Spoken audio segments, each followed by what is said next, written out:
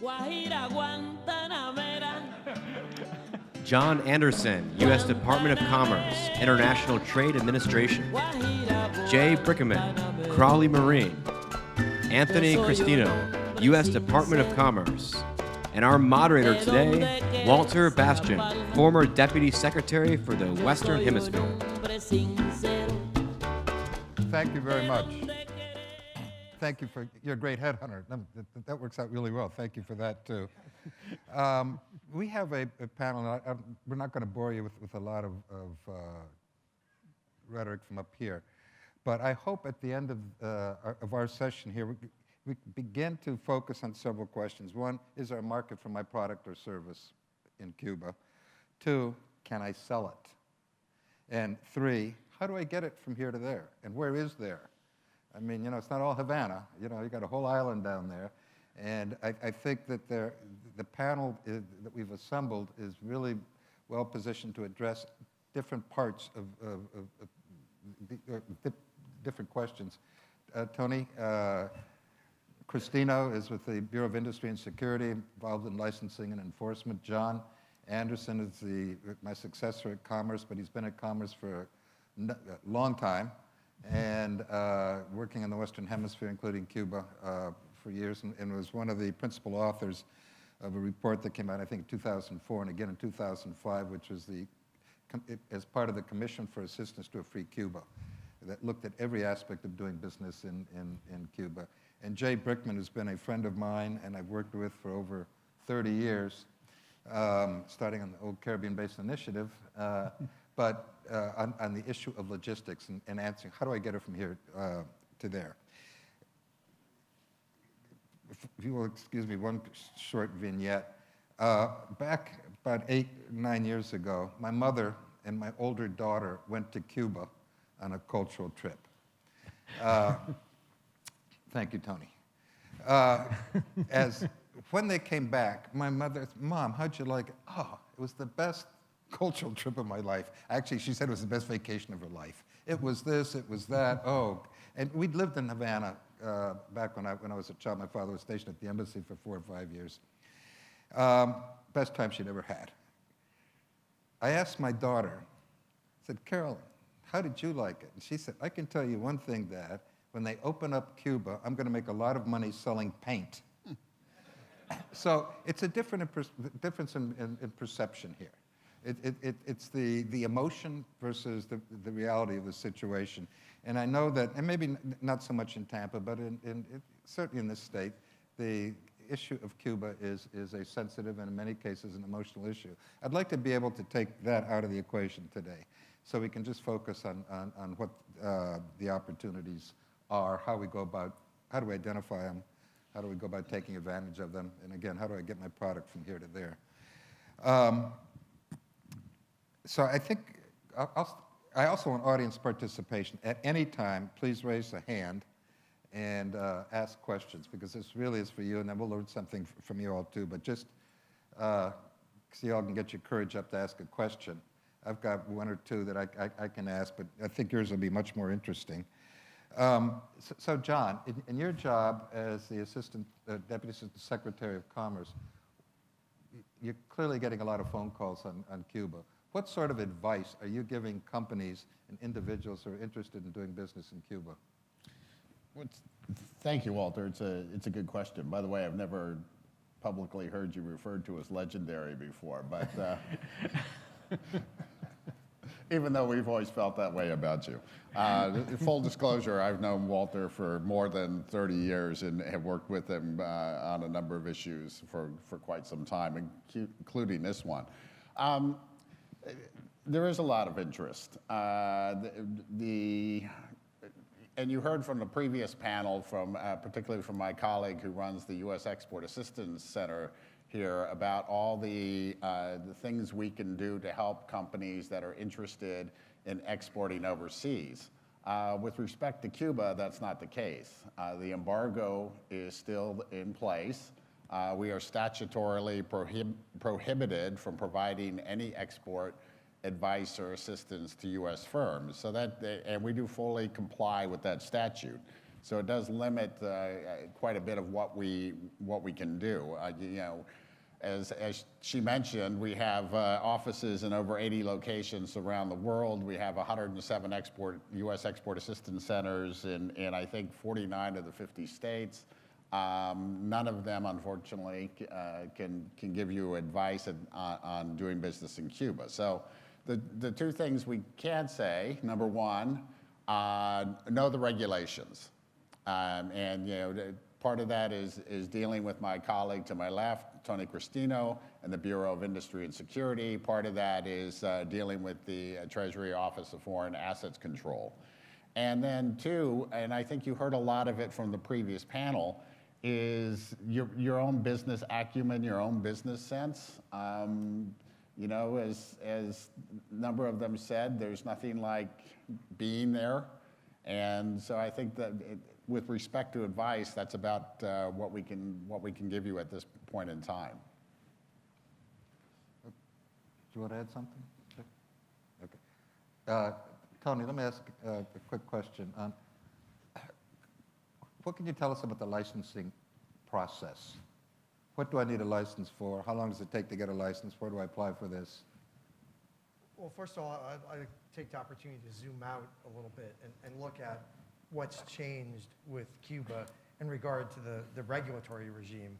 And the regulatory regime that we're referring to is the Export Administration Regulations, which are largely centered on the Commerce Control List. So when someone comes to us with a question, and many times these questions are being referred by ITA in Washington or USIAC, somewhere around the country, and not infrequently from Foreign Commercial Service offices abroad. So we work very closely with John's bureau to help answer questions. But usually the first question we get is, what's changed? What can go to Cuba now that maybe couldn't go a few months ago? And there I would point you to the president's announcement in December of 2014, where he talked about the fact that he wanted to create new opportunities, both for Americans and for Cubans, in travel, which is the purview of the Department of Treasury's Office of Foreign Assets Control, or OFAC, in shorthand, and also in trade, which is in the Department of Commerce, and it's a responsibility that rests both with ITA and with my own bureau, BIS. Now we're on the export control side, so until the announcement by the president in December, we're really looking at only two major categories of commercial goods that could receive authorization to be exported to Cuba. And they were largely agricultural commodities and then medicine and medical devices. Now there were onesies and twosies, maybe a few more in various other categories that could, under certain circumstances, be approved. But now you do have a wider variety of goods that may be exported to Cuba as a result of the regulatory change that we published on January 16th of this year. So you have a focus really in two areas, two large areas, and then one somewhat smaller area. The two large areas are anything going to the private sector and then telecommunications. Within the private sector, we've identified three sub-areas, if you will. Building materials for the construction of private sector buildings, agricultural equipment and tools for private sector agriculture, and then a wide variety of items for private sector entrepreneurs in Cuba. Some of you may be familiar with the Cuban government has a list of self-employment categories. There are about 200, 201, depending on who counts, ranging from my personal favorite, clown, all the way up to people in the computer science arena, mainly people who do website work and kind of the geek squad kind of connections and helping people establish their own connectivity, whether it be on the business or personal side. There are opportunities there, auto mechanics, barbers and beauticians, many entrepreneurs in Cuba, restaurateurs are a big segment of the private sector in Cuba that now may receive goods from the United States as long as the U.S. exporter can verify that those goods are destined to the private sector. Then moving on from the private sector, you have telecommunications. Of course, telecommunications infrastructure is largely owned by the government in many countries, not just Cuba, but particularly in Cuba. So the regulations recognize that exports may be directed to the telecom providers in Cuba, which are government owned. And those are the two larger areas. A smaller area, but an important area, and I've talked to several people here today who cross into this area, is environmental protection. So anything that has to do with air quality, water quality, and the like, there are opportunities there to apply for a license that would allow you to export. Now, the difference between the environmental items and the items for the private sector and the items for telecommunications in some respects is, and this gets back to Walter's question, to which I'm giving a very long answer, is the licensing process. Under the rules that we published in January, many items can go under a license exception, meaning you do not have to come into the Bureau of Industry and Security to get an individual validated license. You review the license exception. If you can meet the terms and conditions of that license exception, then no license is required. But in the telecommunications area in particular, you're going to find that there's a bit of a constraint or limitation there that has to do with the Commerce Control List, the classification of the items. Once you get to a higher level of classification, which we generally refer to as national security controls, you're probably going to be outside of the scope of a license exception and need to come into us for an individual validated license. That's certainly the case with regard to the environmental items. So just briefly, what that requires is your company to register through our website to receive a company identification number. Once you do that, it grants you access to our licensing system. You submit a license application, and as a planning factor, we tell people it generally takes about 6 weeks to process a license. So again, that's a very long way of answering Walter's question. Well, it was a little long way to. So I'm going to offer you up at the end of this session to meet with people that might have particular questions that are product specific, and what can you do with the private sector? When do you have to go through the Cuban government? That kind of thing. But these will be individual questions. I'd like to ask, obviously, Jay a question. And one more story, and then I won't tell any more. But a number of years back, when it first appeared that Fidel Castro was literally on his last legs, there's this scurrying around in Washington. What are we going to do? So forth. And that led to the establishment of the Commission for Assistance to a Free Cuba. Our secretary at that time, Carlos Gutierrez, was a Cuban American. And he was really interested in what was going on in the island. And he was the co-chair, along with Condoleezza Rice, of this commission. So what do? We don't have a lot of information. We have no commercial presence on the island, no official presence. So, well, I guess we call the guys, as we say in Washington, across the river, intelligence committee to come in and brief the secretary. And it was really fascinating. Gentleman, senior intelligence briefer comes in. He says, Mr. Secretary, I can tell you one thing. He's either alive or dead. And you say to yourself, damn, he makes a lot of money for, insightful conclusions such as that. So that's when I turned to Jay, because Crowley had been doing business, Crowley Maritime has been doing business in Cuba, getting product down, that stuff that's allowed in, and he knows the island probably about as well as any other gringo would know it, traveled it extensively. And it just, along with this, I remember asking Jay one time, I said, well, we were told, again by the intelligence community, that the transportation infrastructure is abysmal. You can't get anything from one place to another. Well, basically, as it turns out, after you talk to Jay, it's probably wishful thinking on their part, but it certainly wasn't the case.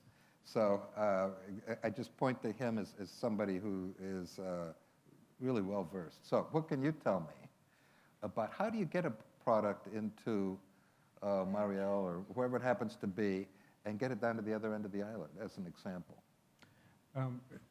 Thank you, Walter. I think maybe to start with one thing and perhaps to balance this a little bit and in relation to what Tony has talked about and also John. I think it's really, really important to keep in mind that there are two countries involved in the trade. One is the United States and the other is Cuba. Because a regulation comes out in Washington does not necessarily mean that the same regulation is agreed to in Cuba. And I think that becomes important when you talk about, can I send something, and then the question is, okay, I can send it to a private entity, but there's yet another question, and that is, does that private entity actually exist? And then secondly, has that private industry been authorized by the Cuban government to import? And certainly when people come to us, the first thing we talk about is, have you complied with all the BIS regulations? And then secondly, have you complied with all the regulations of the counterpart of the BIS in Cuba? Assuming that the answer is yes to both of those, then the rest of it is really, really very simple. In the case of Crowley, we have a sailing once a week, and we've had that sailing for the last 14 years. In this particular case, it goes out of Port Everglades, Florida, but obviously with intermodal connections from the entire U.S. And then as Walter mentioned, the vessels now go into Mariel, Cuba as of January 26th of this year, because Cuba made a very strong commitment that the port of Havana would become the cruise ship tourist port, and then with the financial backing of Brazil, put almost $1 billion into investing in the new container port in Mariel. So in effect, when you do ship goods down, they will go right into Mariel. Yes, you do need a customs broker, and there are a number of them, all of them government-owned at this time, to go through Cuban customs. And really, really important that you have that part lined up before you ship something, because we find that if problems are not resolved before cargo gets to Cuba, it becomes much more difficult to resolve it once it's there, and the cargo does run the risk of being confiscated. And then once you've cleared customs, then is there a shortage of trucking? Yes, there is, but does it exist? Yes, it does. They also have rail, which goes right into Mariel, and about 8 to 10% of the cargo now moving out of Mariel goes by rail either into Havana or in other parts of the island. So yes, there is infrastructure, there are roads, there are trucks, there is rail, and there is a very, very modern port as well. Okay, good, thank you. Well, first of all, I've got a couple comments, but let's see if the audience has some questions. Por favor, una pregunta. Come on. I don't see any hands up. There's one more. Is there one? Right there. Oh, okay. Walter, there's somebody over here. Oh. I think they're My name's Mike Torres with Goodyear Rubber. Our question is, we're in the distribution business, not in the tires. We're conveyor belt, industrial hose, that type of thing that it may possibly fit in with the agricultural end and the agricultural equipment. Is distribution going to be allowed to do business, or is it direct manufacturers to Cuban government and private sector?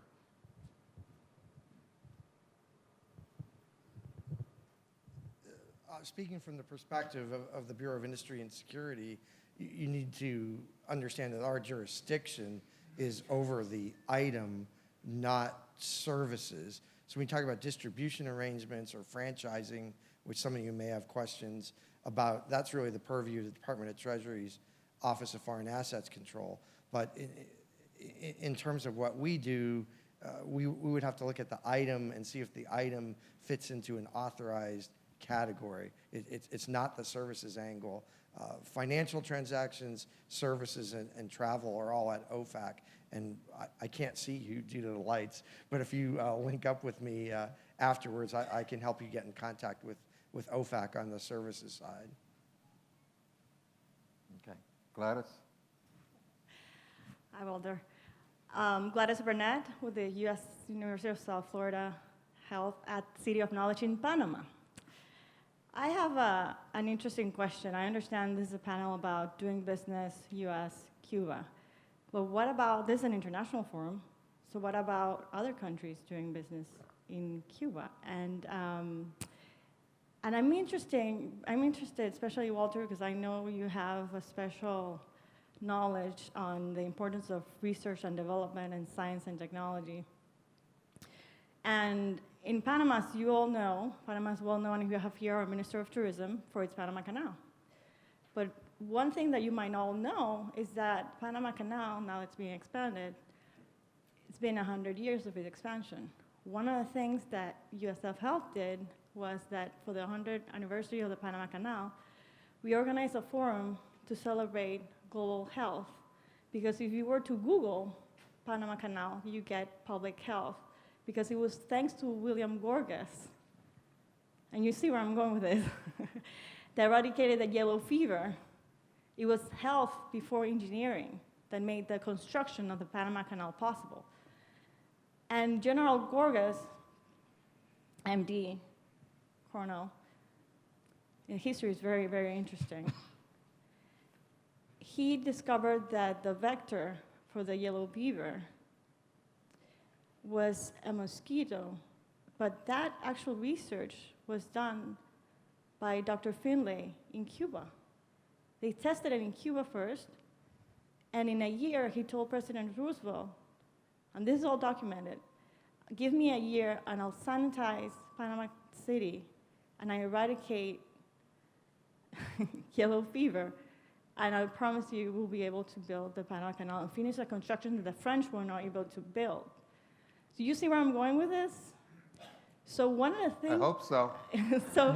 so I'm seeing here a connection overall, not only about business, but about the possibility of engaging academically, research, academically going overall and seeing the opportunities that this could represent for the future of knowledge. And I just wanted to make that interaction because I think it's it would be an important opportunity for future collaboration. So I'm leaving that open because I think it's an interesting story, and I think that there's an opportunity to collaborate in other ways. Okay, I assume that this is just a commentary. No, go ahead, Tony, go ahead. If you don't mind, I'll use a commentary to draw out some points about the Bureau of Industry and Security and our export administration regulations. Because I think essentially what you're talking about as it pertains to Cuba is third country trade, or maybe more specifically, third country scientific or technical exchanges. One thing you need to understand about the export administration regulations is that we assert jurisdiction over items wherever they are in the world if they have U.S. content. That U.S. content can be physical content in the sense that it's a piece of machinery with U.S. parts and components. It can also be U.S. technology. So you have to be familiar with the export administration regulations to know whether or not your technology or perhaps your product, which may be destined to Cuba, is subject to the EAR, and if it is, whether or not you need a license. Now, when we did our regulatory change, we did open up some license exceptions with regard to scientific and technical exchanges, but there is a limitation on that in the same sense that there's a limitation on the physical items or the commodities or products, and that is that they do not extend beyond what we currently refer to as anti-terrorism controls and into the realm of national security controls, or since you're using medicine as the example with Colonel Gorgas and the eradication of fever based on identification of the vector in Panama, what you need to know is that you may get into the chemical biological controls realm there.